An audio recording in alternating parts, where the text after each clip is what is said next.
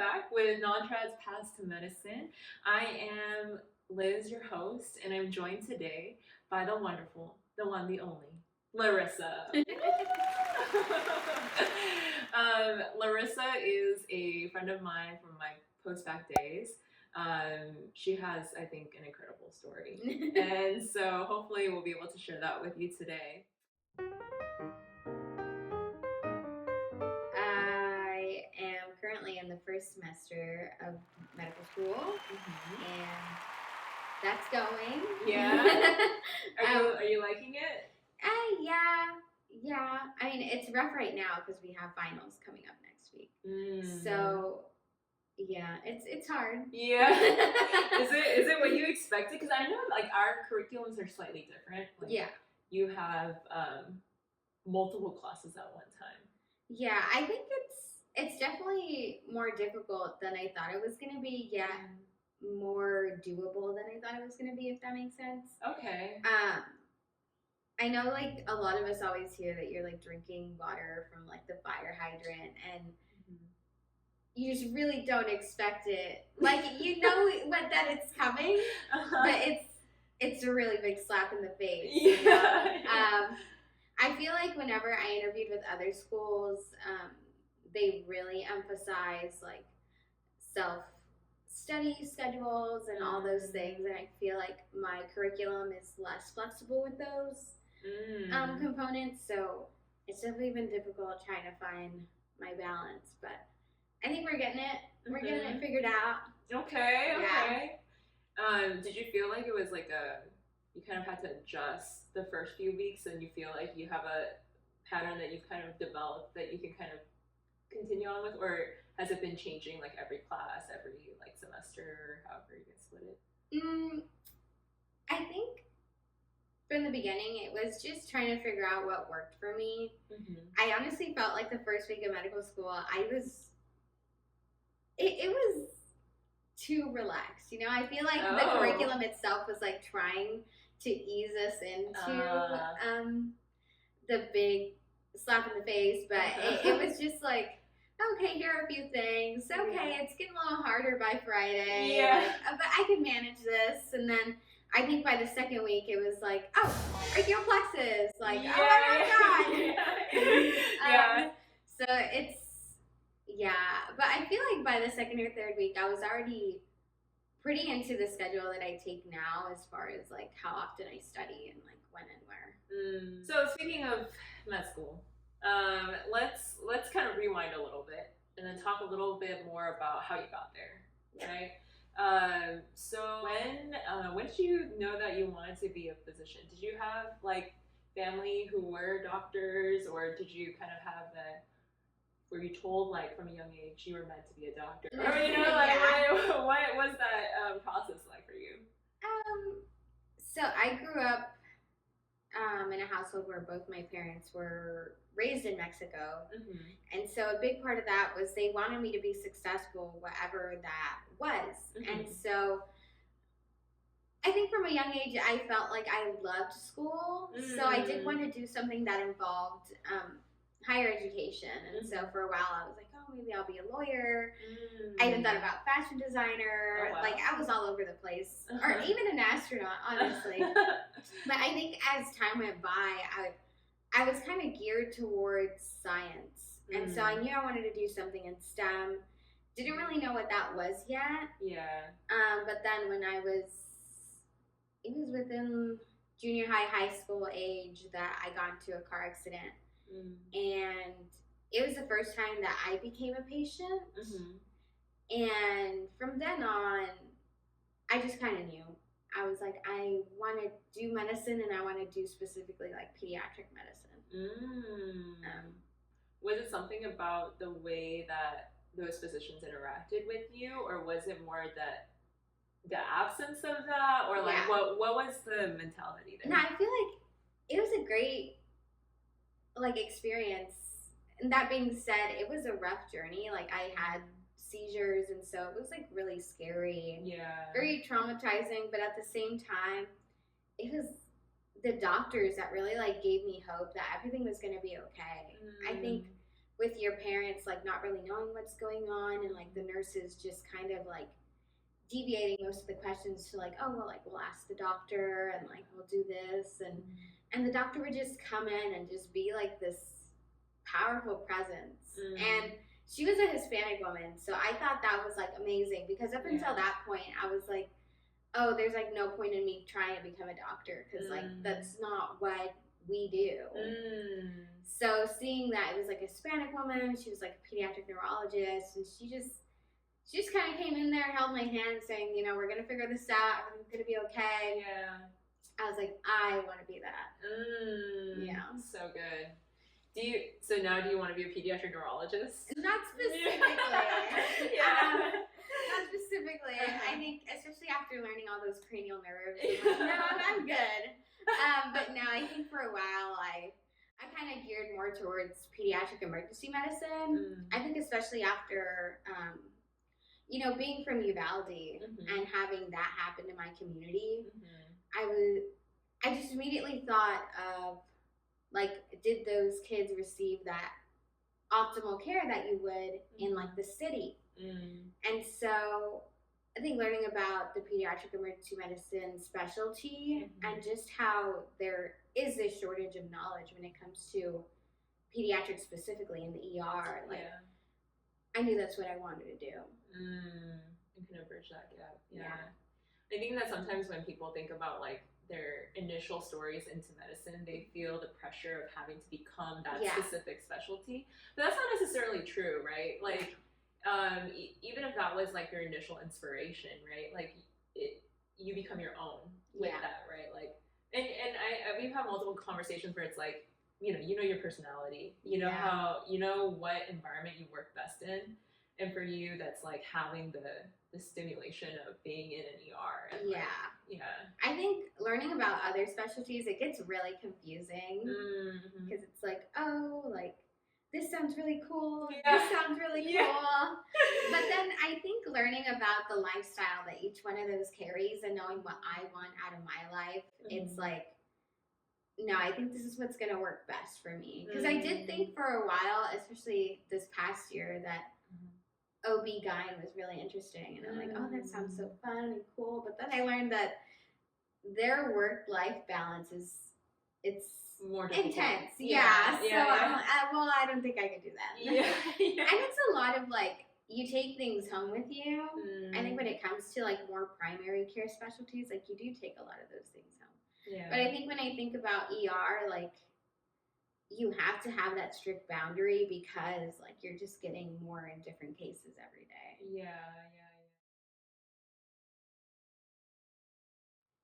I think it was really difficult coming from Uvalde, because our strength really isn't school. And so I didn't really have a lot of counseling on like what you should do and like where do you apply and how do you apply and all these things. I didn't really even know the timeline. Right. I didn't really have anyone in my life at that point that was like, this is how you become a doctor. And so I really went to the internet a lot when it came to like the specifics of it. And so I knew that a science major was good for applying for medical school. And at that point, I delved deep into like, oh, which one's going to help you pass the MCAT more? And it really came down to biochem. And I was like, well, it's also listed as one of the hardest majors out there. So I was like, do I really want to do this? And I just circled back to it. Like, you know what, even though it's hard, like it's going to prepare me well. And even now, I feel like it did give me a lot of the foundational knowledge that we're kind of just still growing on. So I was like, biochem it is. And so we started college. Deciding on my college itself was a really tough time, because my grandmother died at that point. And I was working at a nursing home for a majority of like my last 2 years of high school. And so it was a really tough time for me, and I ended up having to go with the school that offered me the biggest scholarship, which wasn't my top choice. But I was like, you know what, we're going to make the best of it. It's wherever you are, you just got to keep going. And so I started there, and it was tough. Yeah. It was really tough. I think because you were at that point, you were the first in your family to go to an American university, right? Like, and it was. I just feel like the curriculum itself is just so different to what we were used to, and I just specifically remember a lot of my professors saying, "Oh, you should have learned this in high school, and from your high school classes," and I'm just there sitting like. I didn't learn this. No, I'm like, what is this? Yeah. So it was a really tough transition, but I got through the first semester pretty okay. I feel like it was A's and B's, so I'm like, okay, we can still do this. But then second semester came on, and I got sick with strep. Not only that, but I had a lot of other like personal situations going on that I was battling, and I think imposter syndrome really stepped in, where it's like, oh, well, no one cares about you, you're going through this tough time, and like you need to figure it out. But I just didn't know how to. I didn't have insurance, and I just wasn't sure how I was going to fix this problem of like currently having to miss class because like I was just running a fever, and the student clinic telling me that I needed to go to the ER if I wanted more excused absences. And it was just having to balance like really difficult decisions and just being so young. I just didn't ask for help at the right time. And so it was bad. Yeah. I mean, okay, so like if you were to think back to that old self, like knowing what you know now, right? Who do you think you would have gone to talk to? I think, so funny enough, we had like a pre-med learning community. And I feel like I would have gone to her, like our director of that program, quicker, because I feel like she did know what to do. And she could have guided me through like what resources I had at that time. Because looking back on it, there was so much I could have done. There was so much available to me. And I didn't know. Yeah. Because I didn't ask. Yeah. But yeah, I feel like just asking anyone at that point would have been helpful. Yeah. So then, you sadly did the worst thing possible, which is not talk to anyone. Yeah. And then what happened? Did you stay in school somehow, or did you have to take a leave of absence? I got a letter that, like, I think it was like a week after school ended, and it was like, you're on academic probation. And I was like, oh my gosh, like I completely bombed this. Like, you're never gonna be a doctor, like you're ridiculous and all this stuff. But all that was just piled on to like what I was struggling with health wise. And so I was like, you know what, I need to figure this out first. I need to get this taken care of. And so I went back home and I worked at the nursing home like a few more times. And I got enough money with the help of my parents to cover the surgery. And so we did the surgery, and I got my tonsils out, and it was time. But then I was recovering, and I'm like, okay, well, now I figured this out, and now I know what to do, and where am I going to go from here? I kind of had given up on the fact that I was going to be a doctor, but I still knew that I wanted to help people, and more specifically people from my community, and like do something in medicine. And I knew there were more careers in medicine than being a doctor. I'm like, you know what, if it's not that, maybe I could like get a PhD in something, or like get a master's in public health and like figure something out. And so I knew I still wanted to do something in science. And I was at that point like, okay, well, maybe I need to go back to school. And my parents were a really big push for me at that point. They're like, you know, like, we know you have a good heart, like just try again, like you can do this. And you got our back and everything. And so I moved to Austin. By myself. Because I knew I'd always wanted to go to UT. And so I was there, and I was like, you know what, I don't think I'm ready for a 4-year just yet. Like, let me start back at community college. Because I knew that was something I could afford. And so I started working at Starbucks, and I was going to community college, and it was a fun time. Like learning how to balance everything too at like a higher level of education, but before you got into a 4-year was really nice because it really set me up for success once I transitioned over. And so at that point, I was really close to finishing my associates in chemistry. And so I finished that out. And I'm like, okay, let me apply for a 4-year. And UT didn't accept me. What? Yeah. And I was like, oh, no. But I got accepted to St. Edward's. And I was like, let's give this school a chance, you know? Yeah. And it was like one of the best decisions of my life. Because I feel like the school being as small as it is gave me opportunities that I don't think I would have had if I had gone to like a big public university. Yeah. I got like really one-on-one instruction. My biochem professor was like one of the greatest mentors of my life. Yeah. Like, I feel like it was everything that I needed. Wow. Tell us a little bit more about what like that mentorship looked like, or like, coming from like no mentorship to like having a mentor. Like, how do you even develop mentors, right? Like, yeah. I think it's just as easy as just walking into someone's office and like telling them what you want out of life. I think as a first gen, and maybe some people that are just new to the college environment, you don't realize how many people want to help you.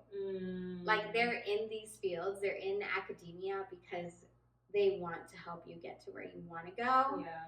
And so I just walked into her office. I had a little cheesecake for her. I was like, listen, a little sweet bribe. Yeah, I knew she was director of the biochemistry program, so I really want to get on her good side. Yeah. So you do what Mexicans do. You bring a little Mexican treat, and you're like, hey, like, this is what I want to do. And she's like, I think we can do this. I think you can fix things, and maybe even if it's not being a doctor, maybe you could do like medical research and stuff. And so I really like that. Like, she really opened more doors for me. And so she told me to apply to like all these research programs, and I got accepted to the one that the school was doing themselves. So it was really fun. It was like a summer research program with a stipend, and I got into the research stuff, and I was like, this is fun. Yeah? This is fun. Like, I loved research. But at the same time, I felt like it wasn't as fulfilling as I thought it would be. Like, I'm like, okay, I know that I enjoy research, but I need something that's going to allow me to do research and more. Like, whether that be as like a public health advocate. You wanted more of that like direct community like impact, or like something where you could see like tangible results, kind of. Okay. But I did enjoy research. Yeah. What was your research in? We did mushrooms. Mushrooms? Yeah. But it was like kind of, it was one of those moments where like you realize that a lot of these things are, like, you translate them to like human proteins. So it's basically mushroom protein like research. So you realize like, oh, this is how you take protein out of a sample, like from a DNA.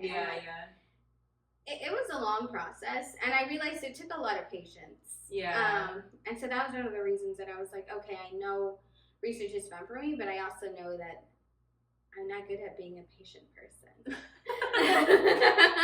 Hey, you gotta know what you like. You also have to know what you don't like. Right? What you like, because everyone's different, like the way they interact with the world.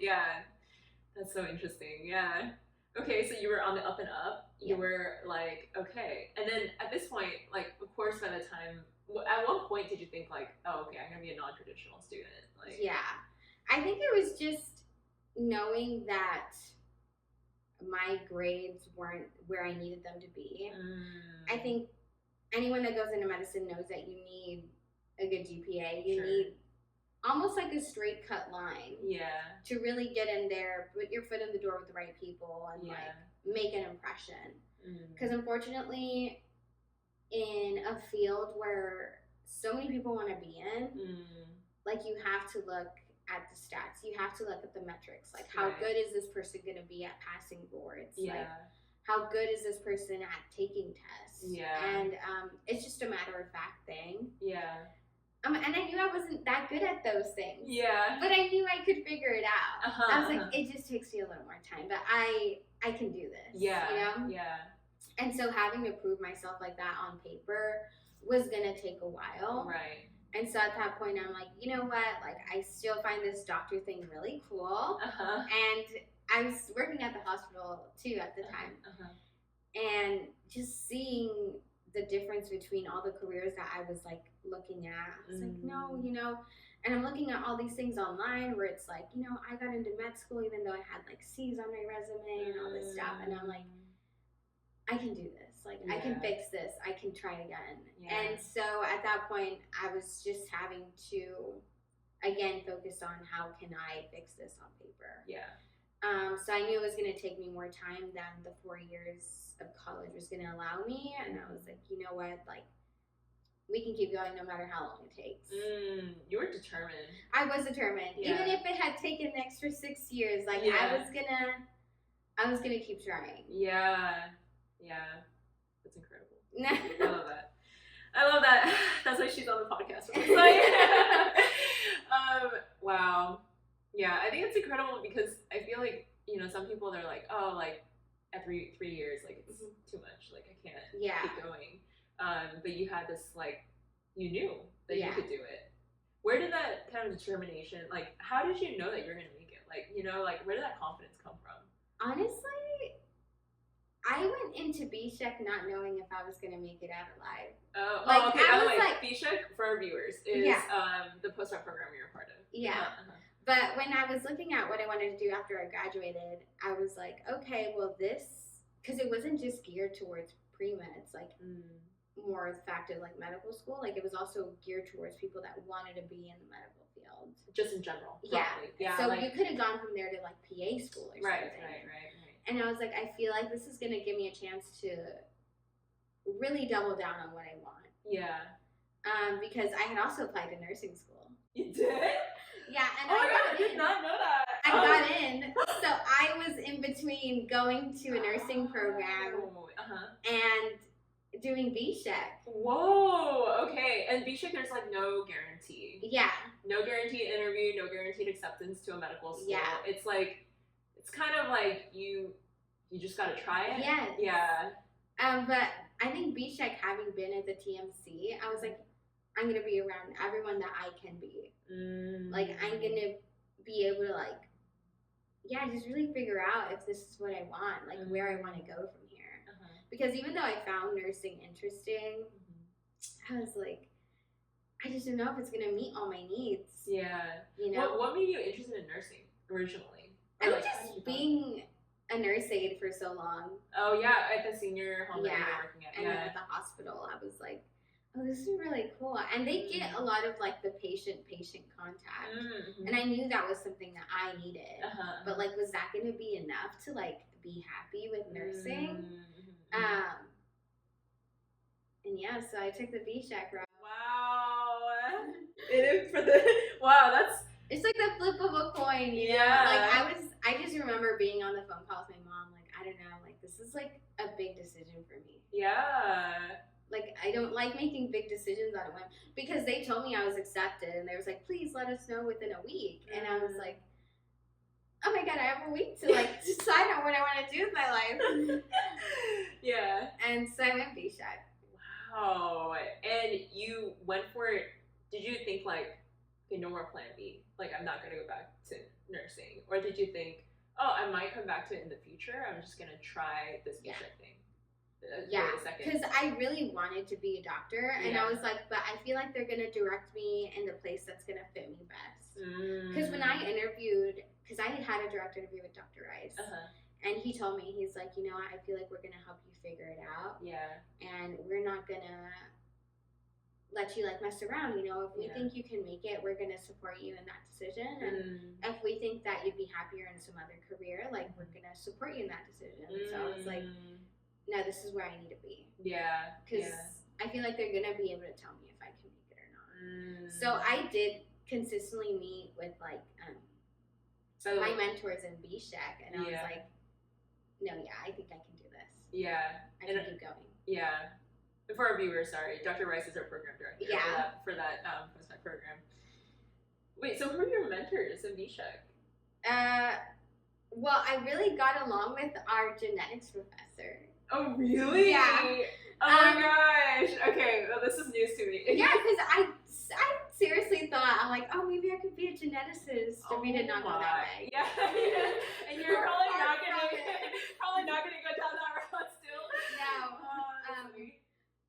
Yeah. Oh, okay. And then I did also talk a lot to Dr. Holton, and she opened her house up to us, which was so nice. Yeah. And I feel like having conversations with her, I'm like, no, I need to be a clinician. Like, this is what I want to do. What was it in those conversations that made you think, okay, doctor, there's only one way? Yeah. Like, what was it? I feel like just hearing these people talk about their patients.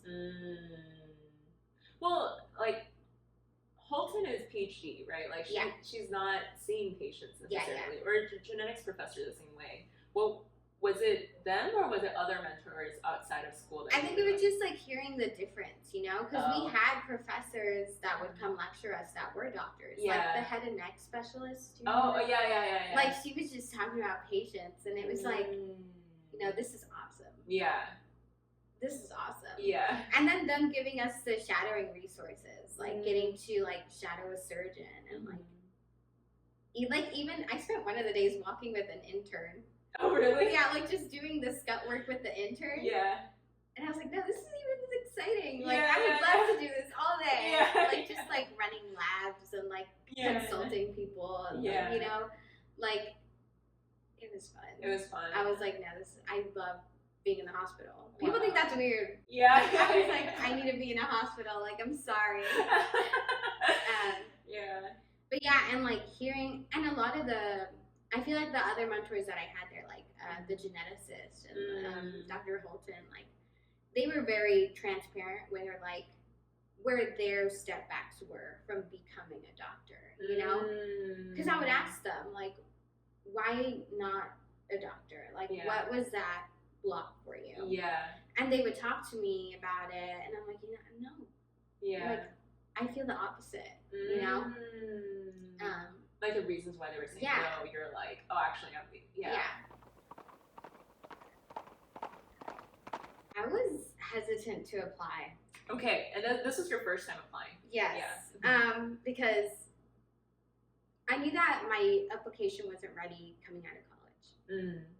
And I went to Dr. Rice and Suzette, and I asked them, I was like, do you think it's good enough? Like, should I submit or should I wait? Because I was willing to wait another cycle. Like, I wanted my application to be the best that it could. What did you feel like was missing still at that point for you?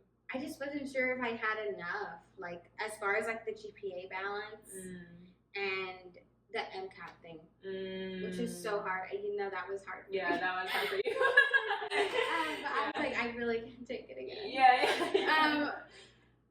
So I came to them with, like, these concerns. They're like, no, like, this is ready.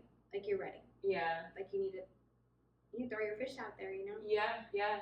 Well, your MCAT score, like, was it one particular section or was it the entire score? Like, what made you feel like this wasn't good enough? Yeah, because unfortunately, I feel like a lot of medical schools they're just increasing their average.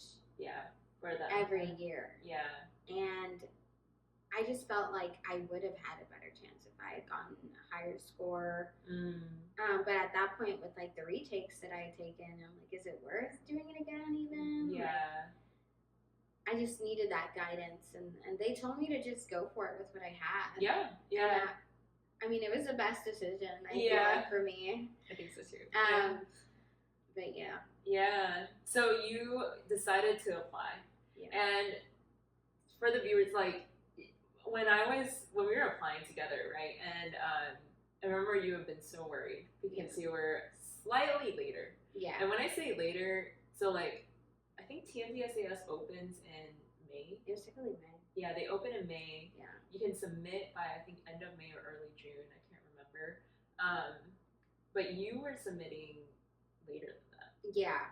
So I think a lot of our classmates that were super ready. Yeah. Like, I feel like they only did the BSHEq program to like an extracurricular, Yeah. And that's not all true though. No, like, some people had to. But like they already had a very impressive like resume, Okay. Like, so just there for like those like brownie points, Okay. you know. Yeah. So they were ready to go by May, and I was like, well, like I don't know, and I was just so hesitant with like the personal statement and with everything, and I'm like, you know, I'm hearing that my application's ready. I'm like, okay, like everything's fine. If we can figure it out, like let's just like you just gotta throw it in. And I just remember, I think it was like 5 days I spent like looking at my computer screen, just like not pressing that button. But you had filled everything else out. You got a letter of I was like, I can't do this. Like I'm just like so nervous. Yeah. Because like you're putting yourself on the line here, Yeah. and I feel like the sentiment that I got from a lot of like people that were applying again was that it's really harder to reapply. Like you have to have like significant changes. And so I took my time because I think I did TMDSAS like end of June, early July, and then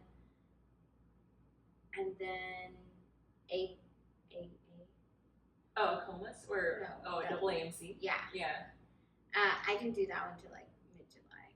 Yeah. And then I didn't decide to do a COMAS until like January. Really? Yeah. Oh my god. But yeah, so I submitted those like later than my friends had, and so I felt like it did make a difference. Yeah. It did make a difference. But I think aside from that, when I was getting secondaries, I got engaged. Yeah, you were busy. And I had 2 jobs, and there was a lot going on in my life. I did not set myself up for success there. So I was basically prioritizing the schools that I wanted to go to, and then like go one by one, and like really double down on like, does this fit the school well? Like really personalizing each application, and so it took me longer than I wanted to. Because I know ideal time frame is like 2 weeks or something. But no, I had some of those sit in there a while. So bad. Don't do that. Don't do that. Be ready with your secondaries.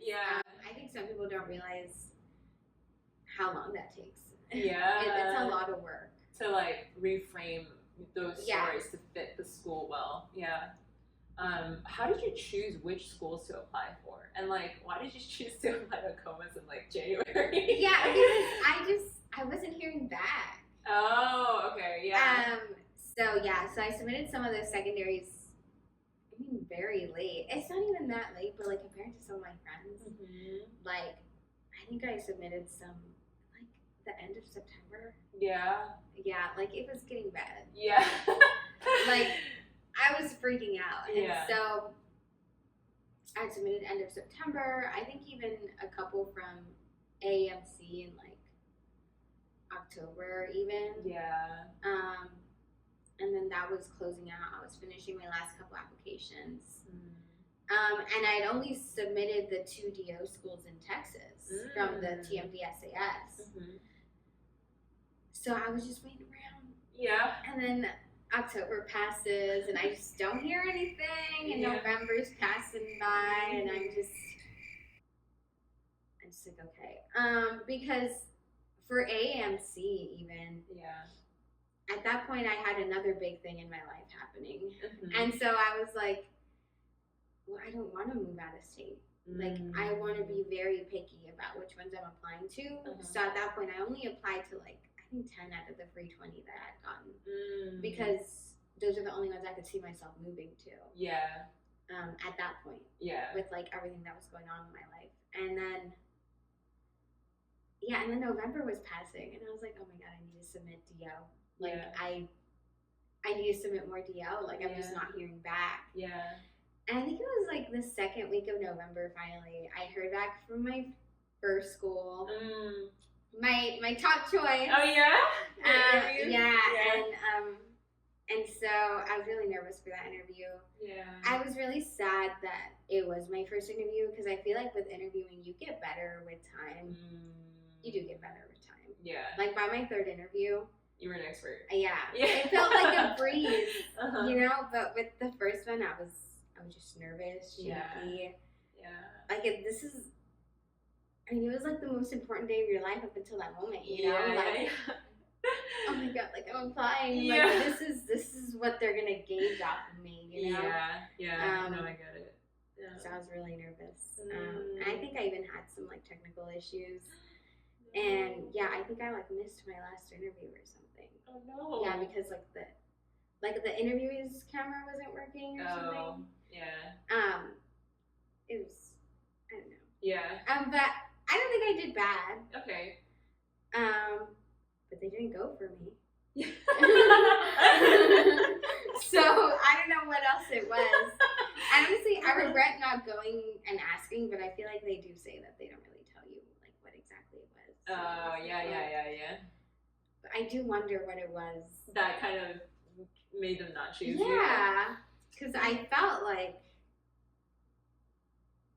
it was still a good time of interviewing for the process, you know, because it's like I ended up doing mine like a couple days after Thanksgiving. Yeah. So I was like, well, I feel like a lot of other people interviewed throughout that time. Yeah. So I was like, I don't know why we didn't go for it. We may never know. Yeah, we don't know. And then I finished that interview and I'm still not hearing back, and I'm like, well, I can't put all my beans into the one school. So I was like, no, I need to apply more DO.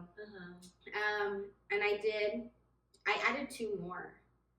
It was like one in Iowa.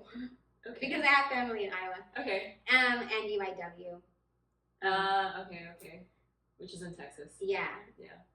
And then as I was submitting those, I heard back from 2 more schools. And I was like, okay, like I'm getting somewhere. Yeah. And it was in the same week, and I had my interview set up for like the first few weeks of January. And I felt a big sigh of relief. Like I'm like, okay, I'm hearing back, right? Yeah.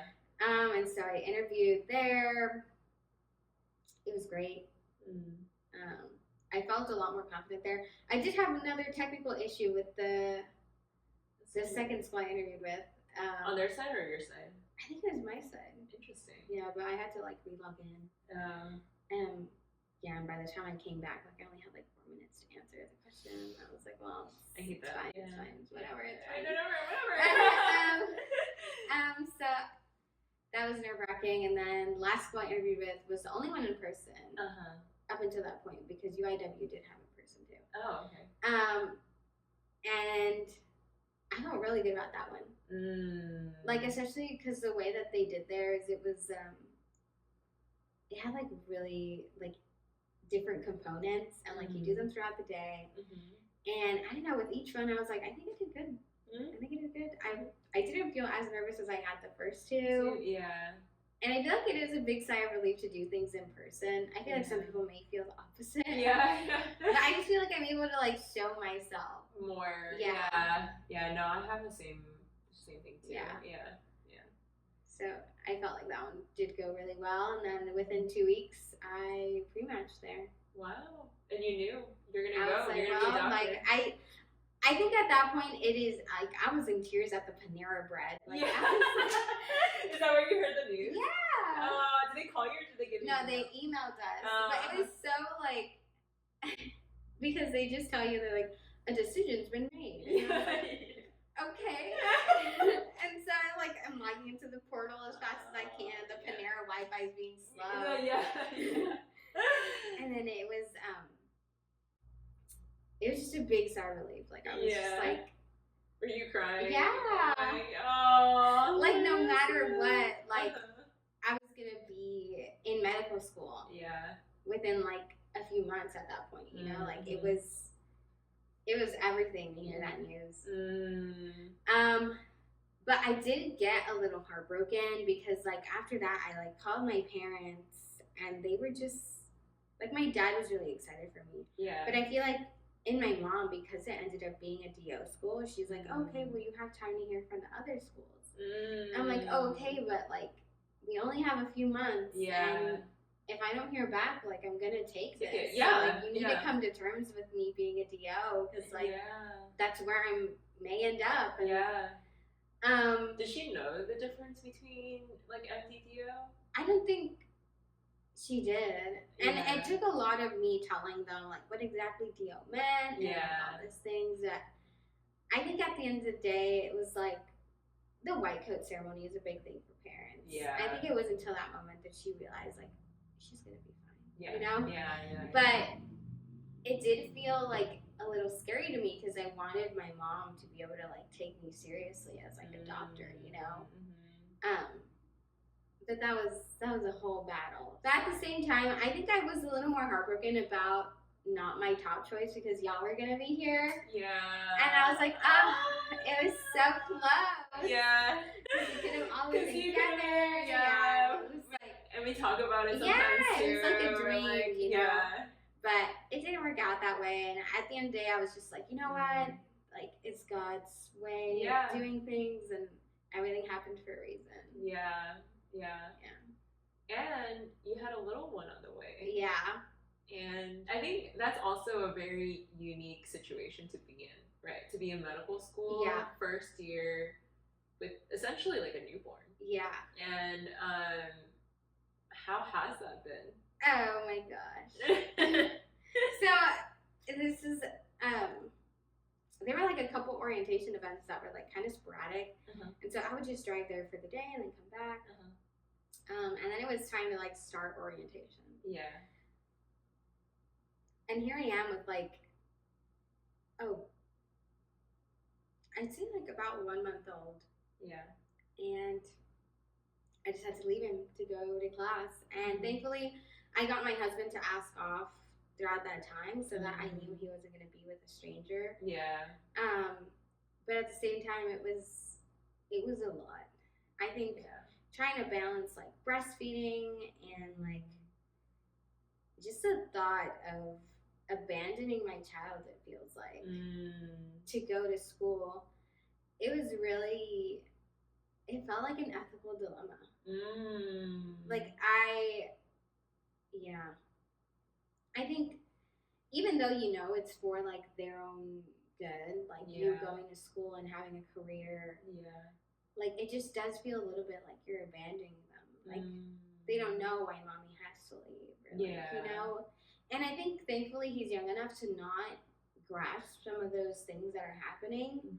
But at the same time, I was just so heartbroken because I was like, he's gonna think I don't love him, or like, you know, like these like just motherly, like unrealistic thoughts. Yeah. But it's like, this is your baby. Yeah. And you made him, and he doesn't know why you're leaving. But yeah, it was hard. And then learning how to balance breastfeeding on top of all of the chaos that is medical school. Yeah. That was hard. Yeah. And I think also not being able to relate to a lot of my classmates. I think, you know, there are some fathers in my class, in my cohort too, but it's just not the same. Like, for one, breastfeeding is a big thing. Because they don't do that.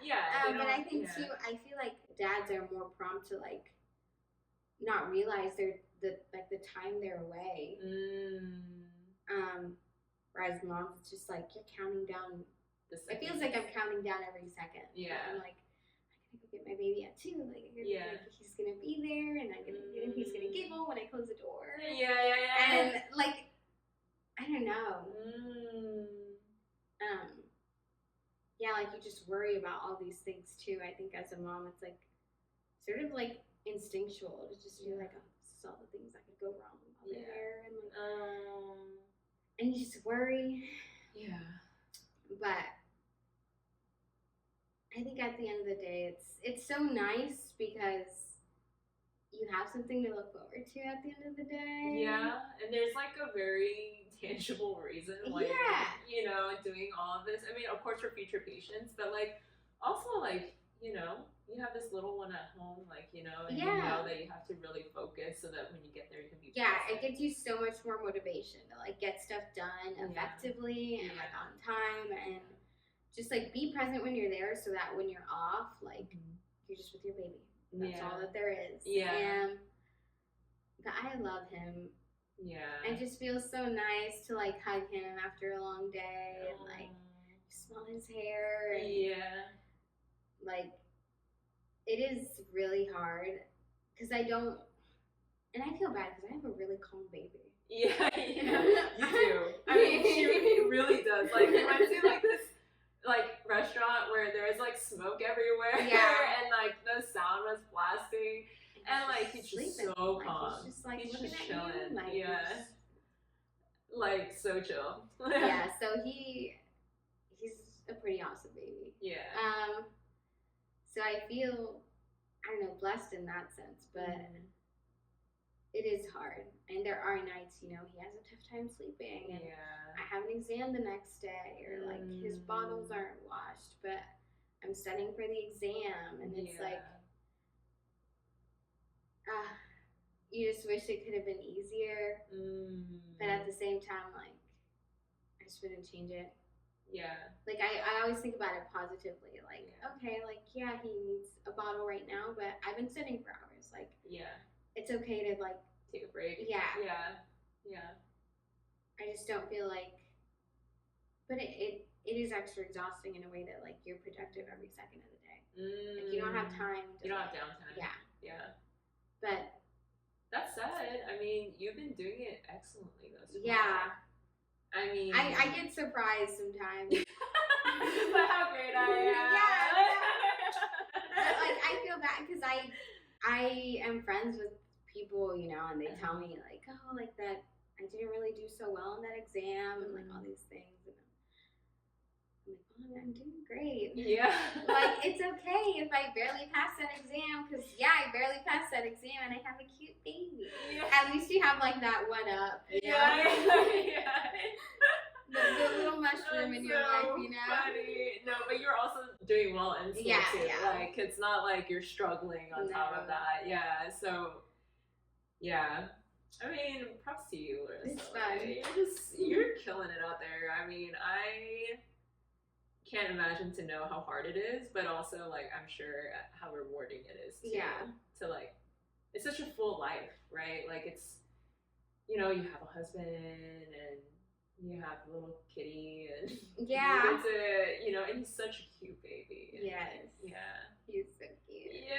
He's so charismatic, and his giggles. Not charismatic. Yeah. But he can't talk yet. He, like, gives you those facial expressions. Yeah. That's how I know you're a mom. Yeah. It's like everything he does is precious. Yeah. But now I think it's all gonna be worth it. Like, I think you and I have both heard that it's harder to have kids in residency. Yeah. So, like, I'm really glad that I'm hitting these milestones in my life without having to, like, be in that tough time. Yeah. So. Yeah. And I owe a lot of it to my husband, though. Yeah. Because I could not be here without him. Like, I couldn't, I don't think I could have done as well as I have without his support. So I feel like your partner does matter. A lot. Yeah.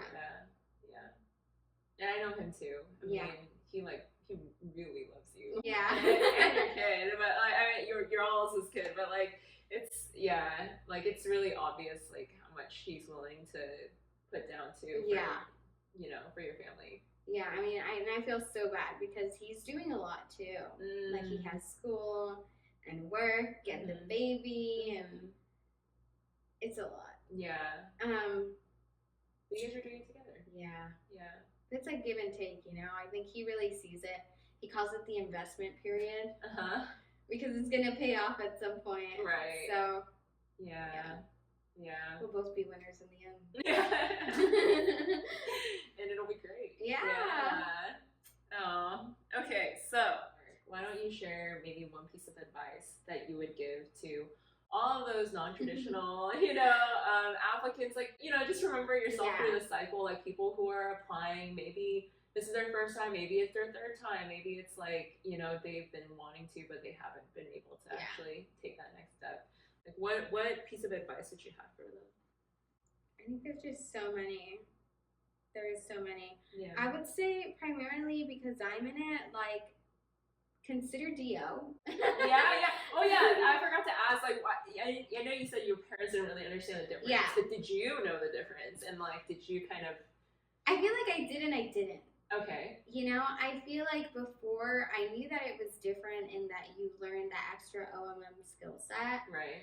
But I didn't think that it was gonna feel like that much more of a workload during medical school, if that makes sense. But that being said, it's so cool. Yeah. It's so cool to have this like extra skill. Yeah. And like be able to like massage like your friends and like treat them and diagnose your siblings. Yeah. And, like, it's really cool to like be able to work with your hands and know these things. And I think with the trend that it is now, having like the residency match the way that it is, it may not make that much of a difference when it comes to like having OMM in your practice, because a lot of DOs don't practice OMM in, like, in their actual day-to-day physical life. practice. Yeah. But it's an option. Yeah. It's an option to get your medical degree. Yeah. And I think I would go into it with an open mind and just really consider if it's worth waiting for that MD acceptance, because I feel like DO is just as valid as a career, and you can achieve a lot of great things with that. Yeah, I agree. Yeah. And honestly, I think, like you said, like they're even doing more. Yeah. You know, like they're getting OMM and they're taking extra classes like during medical school. That's already really hard. Yeah. Yeah, and I also like remember when I first joined the program, like one of the doctors that I shadowed, because I really was considering the DO option too, was a pediatric neurologist, and she was amazing.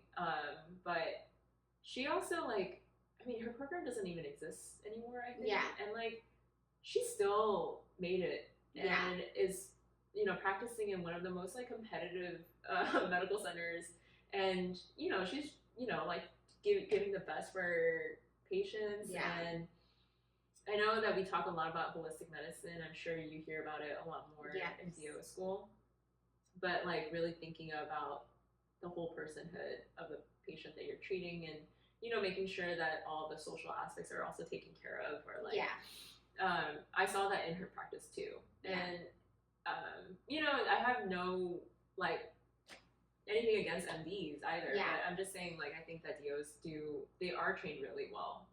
I'm preaching to the choir here. Yeah. You're already in it, but it's fun. And we actually recently went through like a lecture on like what it means to be a DO, and I think at the end of the day, like what we have aside from like MDs is that we look for things that may not be caught by like conventional medicine. And so that leaves a lot of people leaving your office like happy. Like you made a difference within those few minutes just with your hands. But I think also just reaching for that optimal instead of the healthy. So it's a good career. I feel like it did all work out because I like OMM. Yeah. But yeah. Well, thank you for joining me and taking some time off of your day to share a little bit to some of the non-trads out there. I think one thing about you that I like really appreciate is your candidness. You know, like you see it for what it is. Like it's very matter of fact, very objective. It is what it is, but you carry such like a oh, but I can still do it. You know, like that. There's like no matter how high the mountain is, it's like if you have a will, you will make it through. And whatever steps you need to take, no matter how long it takes, you'll get there. I think that's something that I really resonate with, but also like appreciate about you. Because like you did it too. But I think that my mindset fluctuated a lot. I could see that. Like you didn't really have a really like. I was like, I'll go for it, and then the next moment I'm like, it might take some time, you know. And like a lot of like ups and downs for me emotionally, because there are so many times where I felt like discouraged, or I felt like I couldn't do it. But I feel like for you, it's just so consistent. Like you knew from the moment that you looked at the obstacle that like it's gonna be hard, but I'm gonna make it. Like you have that in you. Mine is just like it just has to develop over time. But anyway, well, you heard it here first, folks. Larissa's story is just, I don't know, just so amazing and inspiring. So hopefully you found it helpful. We'll catch you next time with another really close friend of ours who goes to the same school as me. That, you know, the trio that was lost. Yes, you are going to be hearing from her soon. So, yeah, thanks for joining.